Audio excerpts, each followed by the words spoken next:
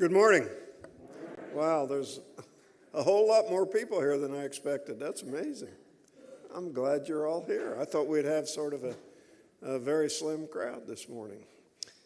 Before I call us to worship, I would like to, first of all, I'd like to mention, I better tell Randy this since he's reading the scripture.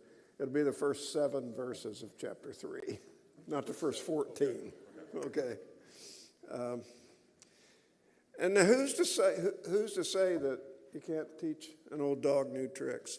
I'm 75 years old, and I've never led a worship service without a tie on, ever, in my entire life.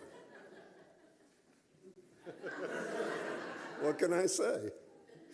One thing I'd like to say before worship begins is that Randy Bowden's sister's grandson, Jay Simpson, who is 7 years old and lives in Texas, suffered a traumatic spinal injury a few days ago, and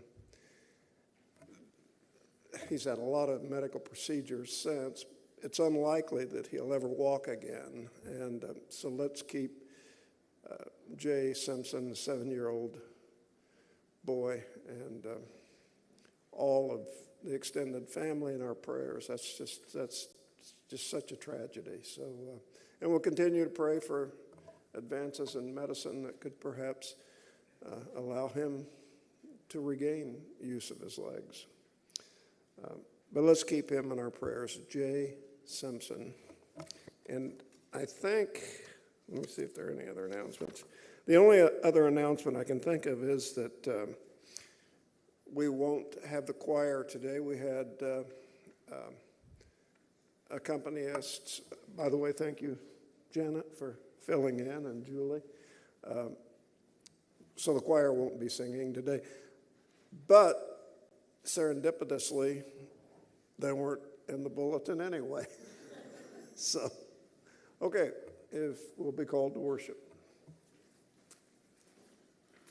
Before we do that, Ben wanted me to ask, there's one more announcement. All of the poinsettias you see up here, they're free to a good home, so if you would like one, or even more than one, feel free to take it home after service today.